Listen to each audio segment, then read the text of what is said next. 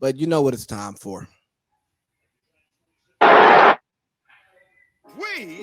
are all here to do what Falcons do. Look at that. Guys, here's what we're doing. We're going to run the piss out of this football. Hey, I got you. We're getting ready to run the piss out of football. Time to get something going. I got you. Bijan. I don't know if he's ventured to Magic yet, but he'll definitely get the Magic treatment for his Magic stick anytime he goes in there. I mean, he's the toast of the town at this point, right? I think that's fair to say, right? I mean, was it 22 touches for 172 yards? Yeah, something like that. Yeah. I mean, let's not forget 2 huge fourth down conversions. I mean, oh God, Arthur with the big nuts. And let me tell you what, because we're going to be all over the place with this because we've been at both games. Yo, Parlay Pete, when we kicked the field goal to go up, I thought Arthur was about to go for it again just to bleed more clock. It just didn't make sense, though. It didn't, but if we could stop, the game was over. And I think we had one time. We didn't have all 3 timeouts. So, and I'm sitting there, I'm like, yo, Arthur Smith, you coach like your dad's a billionaire. In the sense of, and I've had conversations with people who I do what I want. We're gonna fucking sue you if you do something like. But yes, but I've had conversations with people. I've had conversations with people who've been involved in coaching. I've had conversations with people in other industries where you kind of are there and you don't leave it. And a lot of these coaches, they coach not to get fired because football is all they know. And once you get that OC job, you're coaching to be a head coach. Once you get that head coaching job, you're coaching to be a head coach and not have to go back to being an OC. And Arthur's out there like, I'm trying to win. Like fuck everything else. I'm trying to win. Like if this gets me fired, hey, we straight. We good. And dog, what, fourth quarter, 3 scoring drives?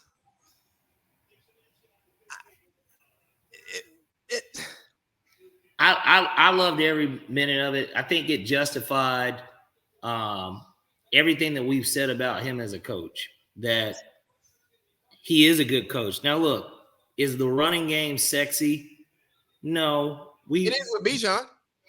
Well, yeah, because of how he is as a player. But even last year, we saw that it worked. We knew it worked, but I'm just saying, is grounding and pounding the ball, is it sexy? No, it's not sexy. But goddamn it, boy. Do they know how to run that goddamn football? Does he know when the time is right to go for it? These were all convincing things. And like I said, everybody's got to look at it this way. Green Bay is not a bad football team. Now, like I said, I have them as a playoff team this year. But, like, that was not a bad football team we played. That was a good football team. Hey, Parlay P, I got a question for you. A well-coached team at that. I got a question for you. I've got an answer for you. Because I think the Falcons play with substance, right? You have some sexy in there. It looks good at times. It is, but it gets the job done. And so far this year, the fans leave the game happy. Yeah. When it comes to, because we're devoted fans, right? Mm-hmm. We season ticket holders. We're a segment every week. Yeah. Even during non-football season. Yeah, we love the Falcons. We're devoted. Now you're looking for a partner. You're looking for somebody to be with in public and not just at night, you know, Mm-hmm. are you looking for just sexy or are you looking for getting the job done? Like getting the job done day in and day out. I want some sexy here every now and then, right? And the amount of sexy you want, it can vary, but you want somebody who gets the job done consistently. And the Falcons' run game is a good fucking wife. It gets the job done. Is it going to be sexy every time? No. Does it have flashes of sexy? You're fucking right. But do I leave happy more days than I don't because I see what we're going for, I see what we're trying to do, and I see it working? Bet your fucking bottom dollar. Yeah, it's what we need as a franchise because we've been so used to the finesse, I remember there was the one game Matt threw for 500 and Julio went for 300. And it's like, everybody's dick's hard, right? Like we're really excited about that because it's just like these guys just did history. We just watched history on this field, Pro Bowlers, everything looks good. But our end result a lot of the time wasn't what it is, that it wasn't what we wanted. It's hard to blow leads when you can just. Guys, here's what we're doing. We're going to run the piss out of this football. When you can run the piss out of the football the way the Falcons do, when everybody knows you're about to run the piss out of the football, and you can still run the piss out of the football and get 7 yards, 8 yards, 12 yards.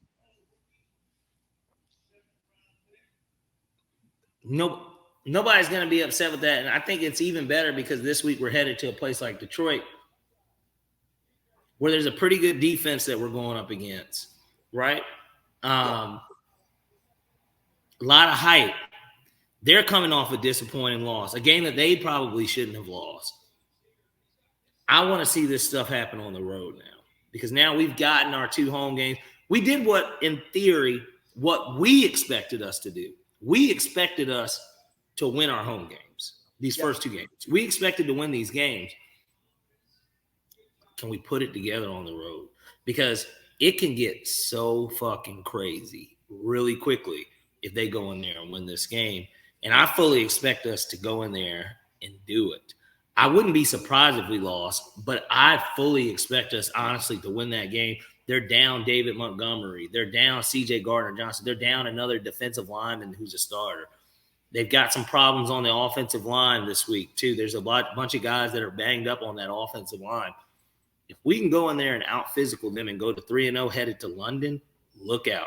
Because the Jaguars, although I think certainly the best team in the AFC South and a, good football team for all intents and purposes, I think they're a good football team. That game is on a neutral field. There is no home field advantage. So then it really just comes down to who's the better team. I'm not saying we win. We'll see what happens. But then after that, you come home. You get the Houston Texans at home. You get the Commanders at home. This is what your schedule looks like moving forward. You go to Tampa. Shit is all I'm saying. Hey, man. And you can really start making some noise. And if Desmond Ridder can do – let me tell you, this is what I'll say about Desmond Ridder. He progressively got better in that game. Yeah. I thought that the further the game went on, he got better. And crazy enough, Jordan Love went the opposite way because Jordan Love started off very well. He got worse. He started not making the passes. He had the false start where he looked drunk at the line of scrimmage. Desmond Ridder had a big pickup too. He had a big pickup. It was like I don't remember if it was a 4th down or a 3rd down, but it was a huge conversion where he contorted his body to get it. Then, of course, he had the touchdown run too of the same. He played – that was the best game he's played, I think, since he started. That was by far his best game. Even though he had the turnover, his first – everybody kept trying to fucking talk about – that's why I was so happy he threw it. I was just like, great. Now I don't have to see that graphic anymore. Like of him just not throwing any interceptions. Fuck his interceptions. Like, fuck the interceptions. Like, yeah. I like the direction that the team is headed in, and I hope that they keep it up, man. I really do, because they could really have something good going here, and we can be a year ahead of schedule. I'm not saying we're winning the Super Bowl or going to the Super Bowl, but I would be very pleased if our team hosted a home playoff game. We won that said home playoff game. Basically, if we did exactly what the Jaguars did last season. Yeah. We go to Dallas, San Francisco, Philly, whoever, and we give them a hell of a game to where people are talking about it. And then next year we're back, whether that be with Desmond Ridder or we're able to somehow upgrade at quarterback. I think that if Desmond Ridder plays well enough to where we get to that point, he will more than likely be the guy. But even if he's not, then we're not going to draft a quarterback. It would be us getting a Kirk Cousins of some sort. Hey, how enthused were you to see a good showing from the Falcon faithful on Sunday? It was pretty good. There wasn't that many Green Bay fans. It wasn't as many as it normally would be for something like that. Green Bay travels well. For those of you who don't really understand like fan bases that travel, Green Bay travels really well. I know you weren't in your seats; you were in the club. But we have to walk down. We still walk. Yeah, I know, but both of us, we have seats on the visitor side. Correct. So there was a lot of Falcons fans there. There were a lot of Falcons fans there in our section, and I know that like my regular season ticket holders didn't sell their tickets this week. Right. And typically that's a game where you'll let your ticket go because you'll make good money on those tickets because those fans travel. So it was nice to see good showing by the Falcons faithful.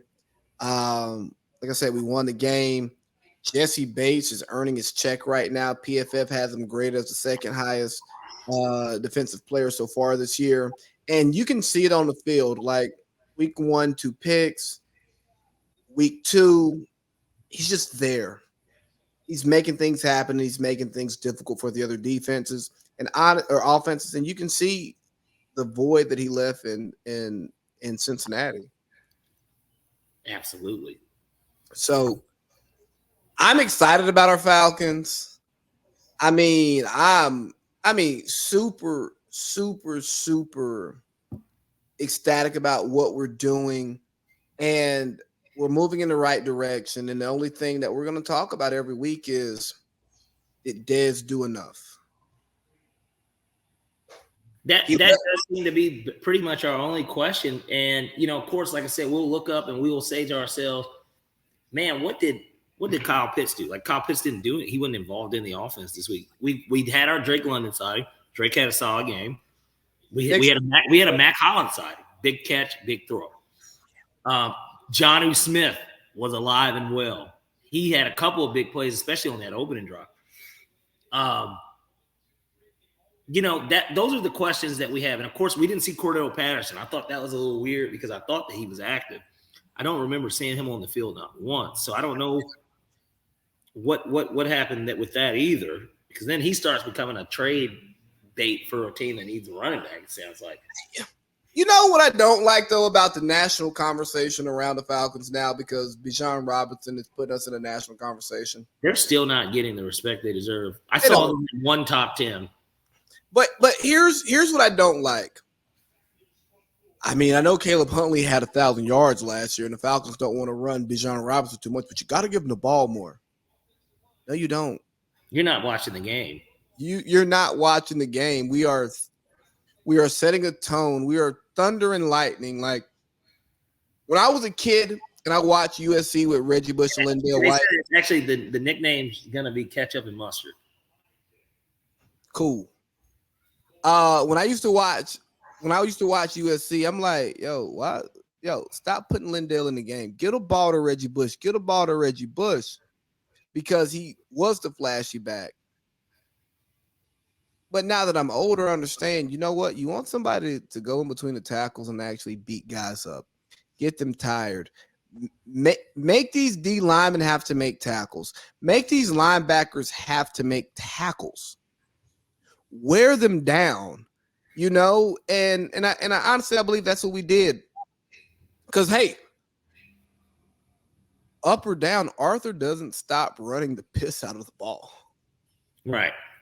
And I think if the Falcons win at the way that we think that they will,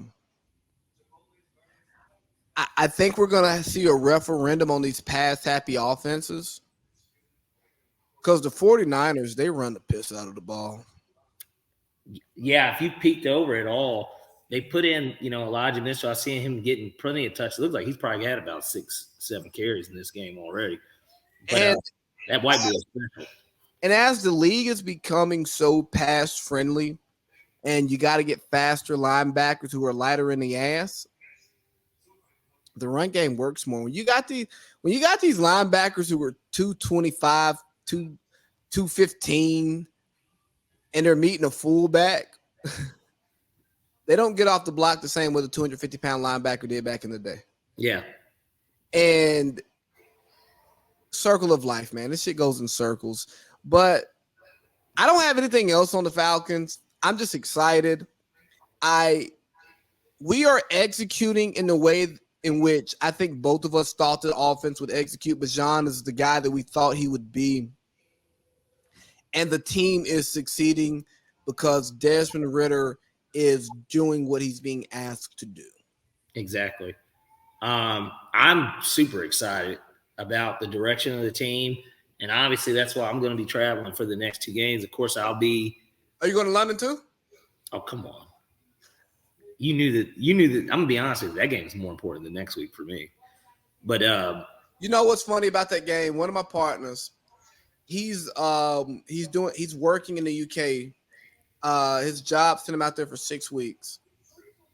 And he hit me up about, hey, does your Falcons package come with the tickets or link you in for tickets? And I'm like, not really. I'm not a PSL guy.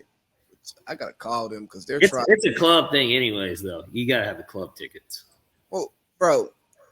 Speaking of which, for the road games. Now they do actually specifically for the London game. I do believe they're the package. They're sending that out. Yeah, it's like shit's like expensive as hell. Like you're buying the hotel. It's like an NFL. It's like almost like buying a Super Bowl package type. It's like I think it's like $3,000 for it, and it doesn't include your flight either. Like it hotel tickets. And they give you a finger foam shit that says NFL on it, like shit. And they plan events that you can go to and get in for free. And it's like, bro, yeah. If I'm going to London, I'm not doing none of this shit y'all got planned. See, for me, I'm only showing up the day of the game. I'm not even going to be hanging out in London. We're going to. Jew is supposed to be coming. I hope he comes, but if he doesn't, either way, I'm going to go to Oktoberfest. And then my boy Latana, he plays in 30 minutes outside of Madrid.